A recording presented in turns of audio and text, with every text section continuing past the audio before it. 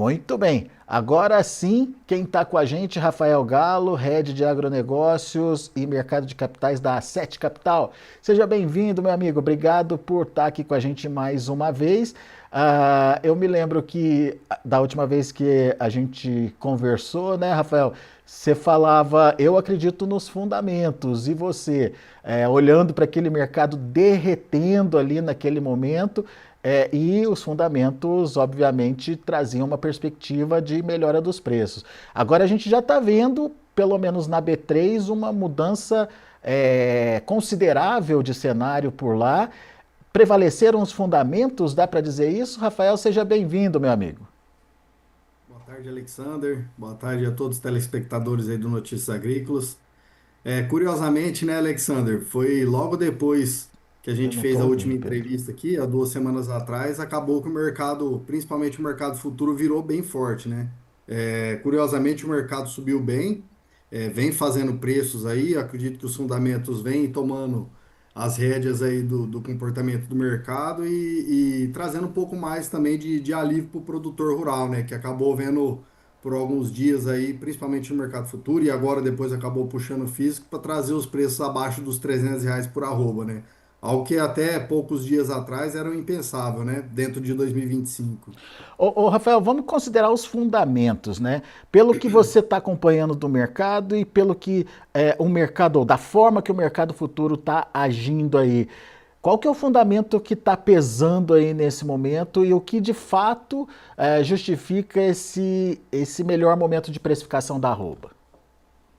Bom, Alexander, acho que na minha visão, acho que o mercado, principalmente o mercado futuro, acabou exagerando muito, né, em relação à divulgação das tarifas do Trump, né? Se a gente for fazer o que a gente vinha comentando, né, é um mercado muito importante. Hoje é o segundo maior importador dentro do ano de 2025, mas o volume que está sendo exportado para lá até o momento era cerca de 2, 3% da produção brasileira de carne, né? Ou seja, é, era algo que não fazia sentido, né? Não tinha fundamento para dado a queda que teve. A gente viu aí queda de mais de 10% aí em alguns contratos futuros, né? E aos poucos acho que o mercado vem enxergando algumas coisas, né? Como reposição firme, as escalas de abate, por mais que teve essa queda nos preços, acabaram não se alongando tanto. Exportações continuam firmes, preços bons. Julho provavelmente foi mais um recorde para o mês, ou seja, todos os fundamentos, né, a margem da indústria vem conseguindo ficar muito boa, né? Isso abre espaço para que também consiga se pagar mais na arroba daqui para frente e, consequentemente, o mercado continua caminhando, né? Temos uma expectativa já para agosto, depois a gente pode falar um pouco sobre perspectiva de preços aí para o mês, mas a gente sabe que tem feriado aí, Dia dos Pais, primeira quinzena já entrando aí e, consequentemente, o consumo deve aumentar também, né? O que mantém essa característica positiva dos preços, na sua opinião, Rafael? Sim, olhando um pouco de números, tá, Alexander? Estudando os preços aí de 2010 até agora, né, até 2024, nesses 15 períodos aí a gente teve mais meses positivos do que negativos, né? Ou seja, desses quinze períodos analisados, 10 foram positivos e 5 negativos, né? Com uma média, em geral, é um mês positivo, né, dentro desse histórico, com uma valorização aí em torno de 1,31%, mas que, consequentemente, juntando todos esses fatores que a gente vem apontando aí, que a gente vem conversando, deve ser um mês positivo também de preço para o produtor, né? A gente está falando especificamente de agosto, né? Exatamente. Agosto, no geral, tá, o Alexander? Como eu comentei, em média, teve uma valorização dentro desse período aí dos últimos, de 2010 para cá, de 1,31%, mas a gente teve alguns destaques ali, lógico que, por exemplo, em 2017, que a gente teve uma valorização bem mais forte, né, de 13,89%. Se a gente for aplicar essa média aí, a gente vai conseguir preços acima do que a gente vinha negociando antes da tarifa do Trump ali, principalmente no contrato de agosto, né? Hoje o mercado físico está negociando próximo de R$ 295, né? Dado o indicador da B3, mas a gente vê o próprio contrato futuro de agosto trabalhando hoje aí a 318, né? Ou seja, bem acima do que o mercado físico hoje está apontando. Isso é importante da gente até destacar aqui. É porque o mercado ele pode tanto o físico subir como o futuro retrair, mas o futuro costuma mostrar ou pelo menos antecipar os movimentos, não é isso, Rafael? Isso, exatamente. Eu acredito que o mercado, tanto é que a velocidade da queda que teve com o anúncio da tarifa do Trump foi bem, com boa amplitude aí, e essa volta está sendo da mesma forma, né? Então, assim, em poucos dias aí a gente viu o mercado subindo 7, 8, 10% em alguns contratos aí, em apenas 10 dias aí, algo que não é muito comum, né? Dado a volatilidade aumentou bastante, né? Mas a gente vê que também essa alta de preços vem seguindo a mesma proporção que foi da queda, né? É, e dá para dizer então, Rafael, que já tem contrato que já recuperou o patamar de antes do tarifaço, então? Recuperou e já até ultrapassou, né? Você pega o contrato de setembro, de outubro, os preços que estão sendo negociados hoje na tela são maiores do que na data do dia 9 ali, quando foi feito o anúncio pelo Trump também, o Alexander. É, né? Rafael, o que dá para a gente dizer para o pecuarista que está nos ouvindo? É um momento de aproveitar, de se proteger, ou o mercado vai mais adiante? Quais são as dúvidas ainda? Enfim, que momento é esse para o pecuarista em termos de tomada de decisão? Eu acho que o principal momento agora, Alexander, é cautela, né? Ir acompanhando o mercado dia a dia, isso é primordial. Mas assim, dá para continuar um pouco mais otimista dentro do mês, tá? Até fazendo um exercício aí, se a gente for pegar o melhor mês nesse histórico que eu comentei com você, que foi em 2017, e aplicar ele no valor que a gente fechou julho, daria uma arroba ali perto de 335,50 ali perto do final do mês, né? Algo que talvez possa chegar ali perto, né? Mas não é um pouco meio improvável dada essa forte alta. Mas eu enxergo mais um cenário positivo dentro do mês do que negativo. A gente só não pode esquecer também, né, Alexandre, em 2023, em agosto, inclusivamente, a gente teve uma queda drástica, né, ali, a gente perdeu ali os R$ 200 por arroba, foi algo bem desesperador ali para o pecuarista, onde a arroba dentro do mês ali caiu mais de 18%, né, mas o que a gente sempre fala, né, o importante é sempre caminhar olhando para a margem, né, se hoje está dando margem, o mercado futuro está dando uma oportunidade, dado o que está dando o preço do físico aí, ou seja, uma diferença aí de quase mais de R$ 20 aí, dado que está o preço na tela com o preço que está negociando no físico. Então é importante ao produtor se antecipar, buscar ferramentas de proteção e garantir a margem desde que faça a lição de casa ali também com os custos, né? É, isso é muito importante até para ele aproveitar esses bons momentos. Agora, cenário para continuidade da alta, a gente tem ao longo desse semestre, na sua opinião, Rafael? Eu acredito que sim, tá, Alexandre? A gente já vê aí os contratos aí de novembro, de outubro, dezembro, já negociando aí mais próximo ali dos 335, R$ 340 de novo. A relação de troca futura tá muito boa ainda, tá? Então, para setembro e para novembro, a gente está com cerca de 4,86 sacas de milho por arroba. A gente sabe que historicamente isso tem ficado mais próximo de 4, ou seja, já teve momentos de janela melhores, né? Com negociando acima de 5 sacas por arroba. Mas ainda projeta boas margens, isso deve incentivar também o confinamento. A gente sabe que já nesse próximo semestre as exportações em média aumentam 20%, né, do que é normalmente dentro do primeiro semestre.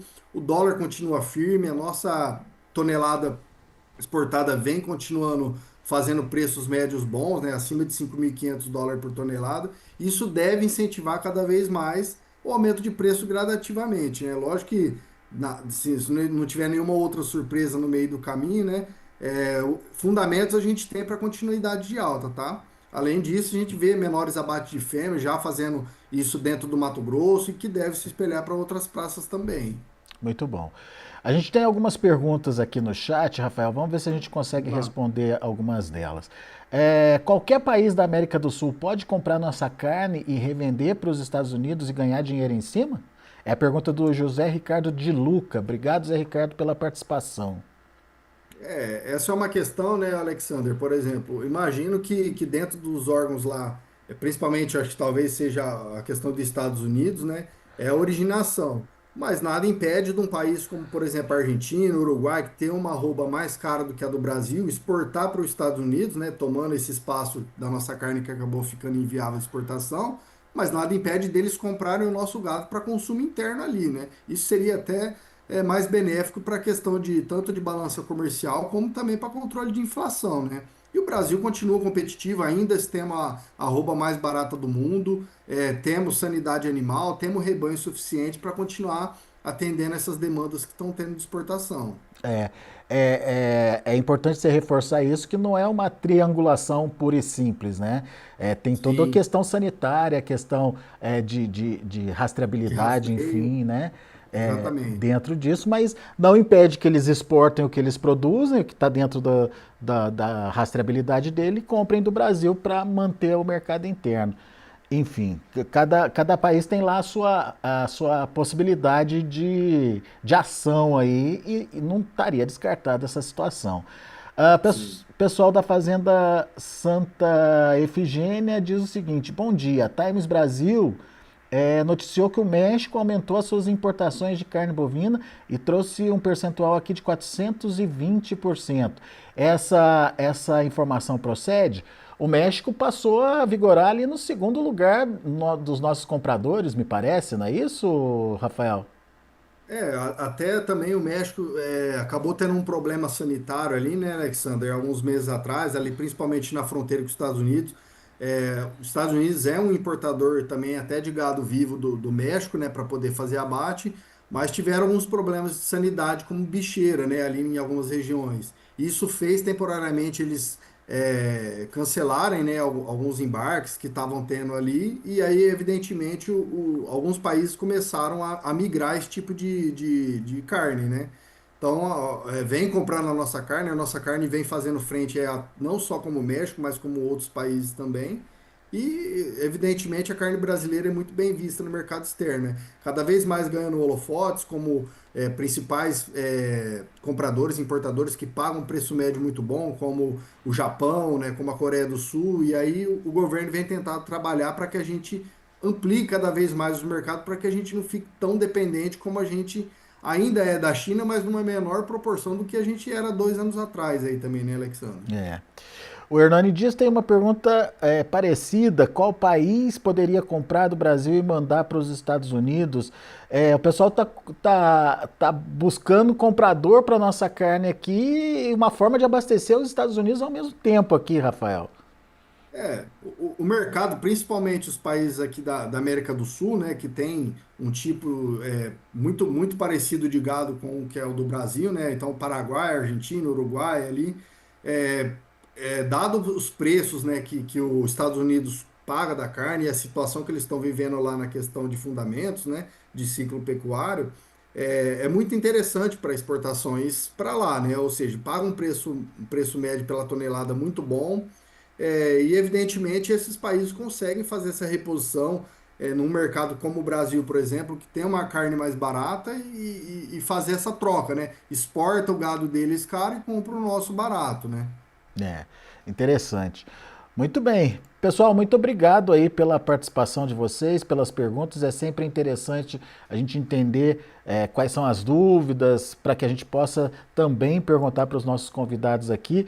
E, Rafael, mais uma vez, obrigado por estar aqui com a gente e, obviamente, aí nos ajudando a entender esse cenário. Um cenário que está mudado aí. Resta saber se a gente vai ter fôlego para manter esse cenário mais positivo aí ao longo dos próximos meses, certo, Rafael?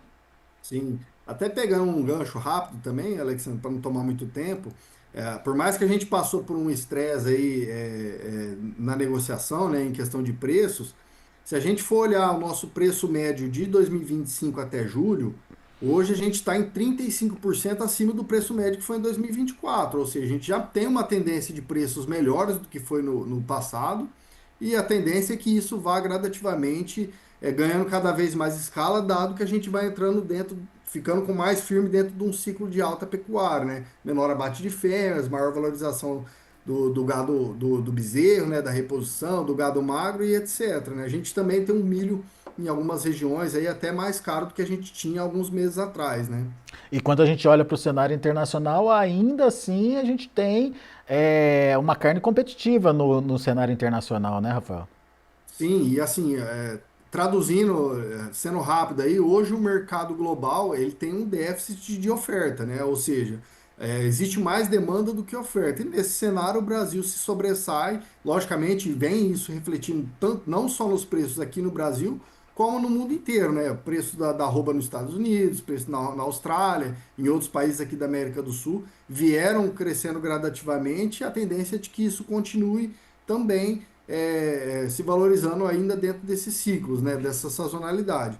E, evidentemente, o dólar ainda em patamar firme, né, apesar de ter tido alguma queda aí nos últimos dias, nas últimas semanas, ainda bem interessante para favorecer a exportação. Muito bom. Rafael, obrigado, meu amigo. Volte sempre. Bom te Eu que ouvir. agradeço. Prazer estar participando de novo. Uma boa semana para vocês. Até a próxima.